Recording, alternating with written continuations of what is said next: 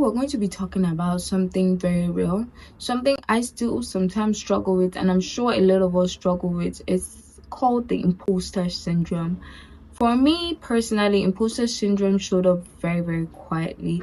It was in the times where I opened LinkedIn and I would see people announcing their promotions, or every time I saw a senior developer speak very confidently in meetings. At times when I see YouTube videos and they show or they say that they were able to create an application in 1 week or even in one weekend, I would think and question myself and ask, am I really good enough? Or did I get my job by luck? Is the tech space even for me? Now you might ask, why is imposter syndrome very common in the tech space? Here's a few truths I learned. Technology evolves and changes every single day. There's always a new framework.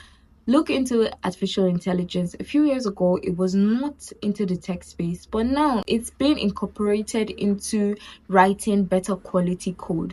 So yeah, technology evolves, there are new frameworks. There's always going to be somebody better than you, smarter than you. There's always going to be somebody ahead of you. People who have been in the tech space far longer than you, or people who just died at a young age. If you feel behind, you're not alone, you're not broken, you're just normal, just like me. I wouldn't say I've completely conquered imposter syndrome. Like I said in the beginning, I still struggle with it at times, but here are a few things that I'm doing that are helping me to overcome being an imposter. I stopped comparing my chapter 3 with somebody else's chapter 20.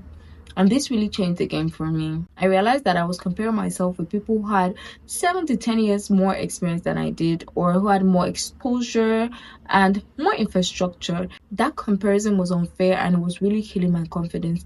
Now I ask myself, am I better than I was 6 months ago? Because basically it's me against me. Now I document my process. I started keeping tracks of the bugs that I fixed, the features I have implemented, and this really helped me to realize that every small win is still progress. It helped me to realize that I was growing, because at times, and most times, when imposter syndrome catches you on a bad day, it really makes you think that you haven't got far or you're just still where you are. But documenting really helped me see that I made progress over a long period of time. I began to ask questions even when my voice shook. I used to stay quiet during meetings just so that I don't stand like the dumbest in the room. But then I learned something. Asking questions does not mean that you're weak, but instead it shows your willingness to learn. And 2% of the time, the questions that I asked, others wanted to ask it too. But just like me, they were too shy or didn't want to sound dumb. And finally, and most importantly, I remind myself why I started this journey. I remind myself the goals that I had in place before I started this journey. I wanted to make impact. I wanted to see growth, to build things that mattered. Imposter syndrome doesn't mean that you're failing. It means that you actually care about what you're doing. If you're a developer currently feeling this way, like you're not good enough, let me tell you this.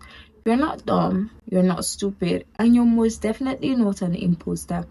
Every senior dev or every person that we see at the top actually had to start from the bottom. They had to start from somewhere. You're learning, you're allowed to ask questions, and you're most definitely allowed to make mistakes.